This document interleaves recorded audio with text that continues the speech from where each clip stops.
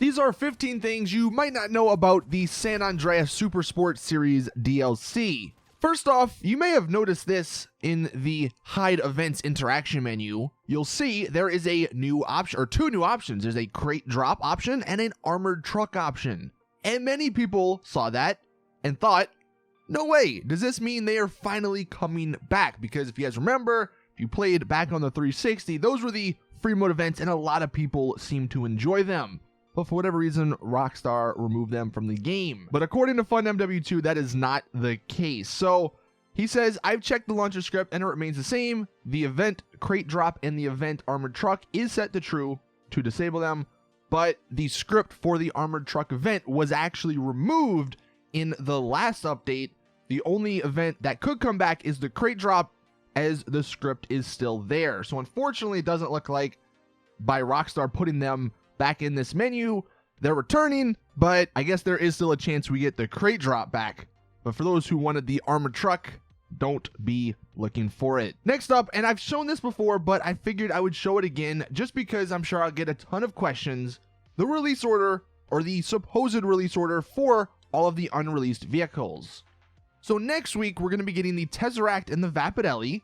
And then on the 3rd of April, we're getting the Caracara in addition to the the assault adversary mode, whatever the new adversary mode is called. And then after that, we don't know if they're going to be coming every week, or we don't know if they're going to be every other week, but 3, 4, and 5 is the release order. So if you're wanting that Supra, the Jester Classic, you ain't getting it until the very end. Also, if you're wondering, my friend GT Online News, he did a little addition and added up all the prices, and all of the unreleased vehicles are going to cost you around $15 million, and that doesn't include upgrades. So if you want to buy everything, it's going to cost you quite a bit of money. But I guess since the drip feed is going to be lasting for a decent amount of time, you will have money to, or you will have time to get that money. And then the two final things before we get into some gameplay aspects, there are in the game files 2 new adversary modes in addition to the assault one that's coming. So one of them is called Vespucci Job, and the description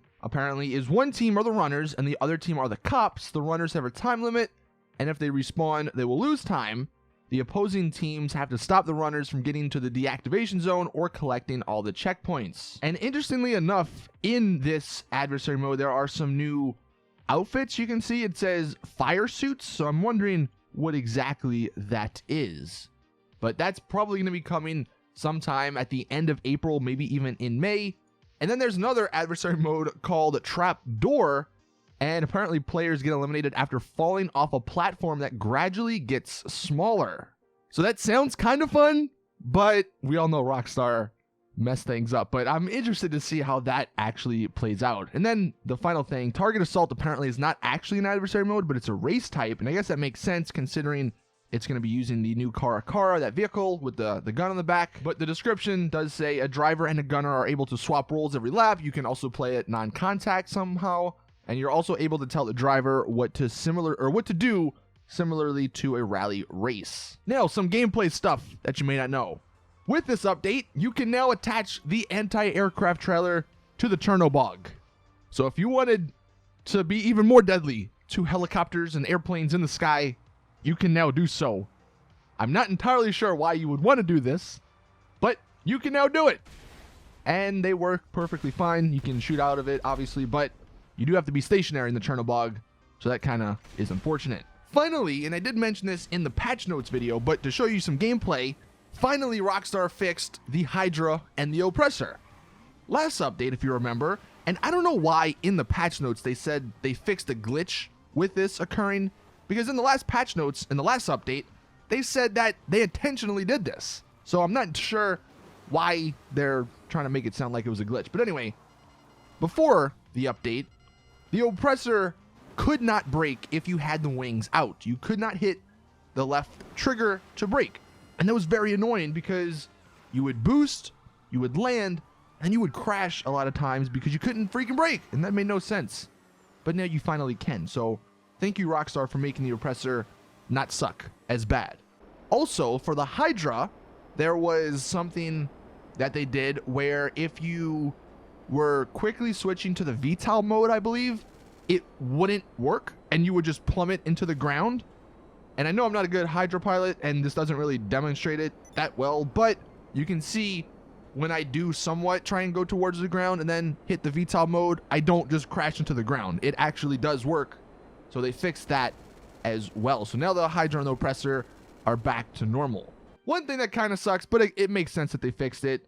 There was a glitch, or there was a little trick of getting free explosive ammo by reverting and upgrading your Mark II weapons, and unfortunately that is no longer the case. You can see I only have 4 bullets in my shotgun, and I'll revert it and upgrade it a few times, and it doesn't give me ammo. So you do have to buy the ammo now. So for the people who use that, at least you got some use out of it. One really cool thing, and this makes this vehicle even more deadly, and it even makes the Bombushka even more of a joke, but the Avenger now has countermeasure options. You can put smoke on it, you can put the chafe option on it, or you can put flares on it. The one sort of negative is you do need a co-pilot, and it kind of sucks though, because if you have someone in the back on the gun, you're gonna need a third person to sit up front to use the flares or to use those countermeasures. But considering this thing is a tank already, this makes it even better. So it wouldn't surprise me if you see a lot more Avenger usage in free roam. Now, one thing that I've seen, and maybe this is only on the console, or maybe there's just a bug going around with it, but I have seen it quite a bit. That's why I'm mentioning it. People were tweeting me, telling me that on the goggles that have 4 lenses, thermal vision would no longer work. But I went ahead and switched to an outfit with the 4 goggle lenses, and thermal vision worked perfectly fine. So again, I don't know if that's something that's just like a major bug that people are running into, or maybe if it doesn't affect PC players, but for me, thermal did work, but many other people said it wasn't working. Now, one cool thing you can do, and I don't believe you could do this before, you can actually use thermal vision when you're using the Avenger turrets. So it's very simple. All you have to do is switch to thermal vision before getting into the Avenger turret seat. And when you actually get in, you will have thermal vision. And that just makes this even more deadly, because now you can easily locate people just from their thermal signature. So if you want to wreak havoc in the Avenger, I would definitely recommend doing that. The only downside, I guess, is you can't unequip it unless you get out of the seat. Another really cool thing, and this is what I love when they, add this sort of stuff to the vehicles, but the hot ring, the engine actually has working belts. You'll see I'm not in the car, the engine's not on, nothing's moving. But if I go ahead and turn the engine on, the belts start to move. I wish more cars had little things like that, but it's nice that this one does. One unfortunate part about this DLC is that it patched the Viserys. And if you don't know, the Viserys was a sports classic vehicle that was insanely fast in terms of top speed. It had the highest top speed in the game because it was super broken, super bugged. But because of that, it was really fun to drive around. You couldn't really control the vehicle, so it wasn't super OP, but you could go super fast. However, with this update, Rockstar has patched that, and no longer does the Viserys go as fast as it does. Apparently, it's actually a little bit easier to handle now, too. But the people out there who bought the Viserys to take advantage of that, no longer is that the case. So that kind of is unfortunate. And while we're on the topic of unfortunate things for vehicles, double clutching no longer can happen. I'm not entirely sure why Rockstar did this. I don't know if this has something to do with that major bug that's going on with the vehicles, the new vehicles, like the engine resistance thing, but when you go ahead and double clutch in a vehicle, like my friend here does it, it kills the engine.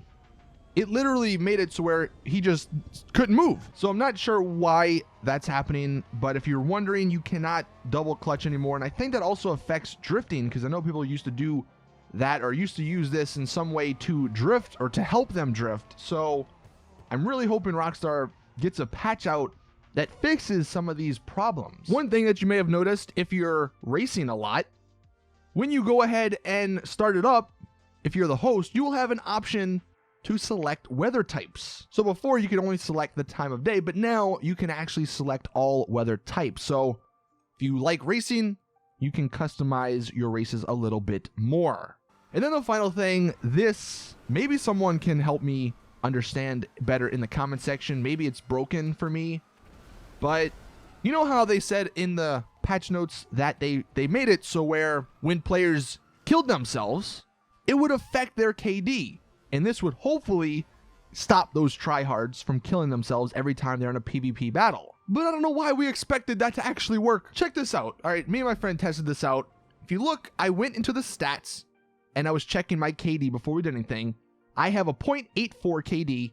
I know, I suck. I don't care. I don't kill people in this game. People just kill me, all right? I'm a nice guy in this game. But I only have 5,421 deaths, I believe. And you'll see what ends up happening when he kills me, like normal, that death counter goes up. So I get to 5,422. And what's supposed to happen is when you easy way out yourself, that death counter is supposed to go up, so it affects your KD. But apparently it only affects your KD if someone is shooting at you and you do it. So we tested it. I did it without getting shot. I killed myself and the death counter didn't go up. It stayed at 5,422. Then I had my friend shoot me a few times. Then I easy wayed out. It still stayed at 5,422. I was like, maybe you have to be damaged to a certain point. So I had him shoot me 4 times until I was almost dead. And then I easy way outed myself. It still didn't go up. Now, the one thing that has changed when you do kill yourself through the interaction menu as someone shooting you, or if they have shot you, in the bottom left, it says that person has killed you. So I think it's counting as a kill for them, but it's not counting as a death for you. And that's what's the odd part. I don't know if that's bugged, if that's intentional, but if that's intentional, then what was the change? Some people did say it's sort of like a phantom thing where it doesn't affect your deaths, but it will still affect your KD. But that doesn't make any sense because I don't know. Also, if you kill yourself with an explosive, that doesn't affect your KD either, or your deaths. Your deaths still remain the same. And I believe if you get killed by like a NPC, I don't think that affects your deaths either. So I don't know exactly what they did, but whatever they did, it doesn't appear to be working. Like I said, if you guys have any information on this that you've maybe figured out, let me know in the comment section. But to my knowledge, and from what you saw in the gameplay, easy way outing does not actually add to your total deaths. But there you guys have it. That is 15 things or so that you may not have known about the new DLC in GTA Online. Hopefully you guys enjoyed and hopefully you found this video helpful. Please drop it a like if you did. Share it with your friends so they can learn some stuff. This is the final day to enter my $3.5 million shark card giveaway over on my Twitter, so go enter that. But thank you all for watching, and as always, I'll see you guys in the next one.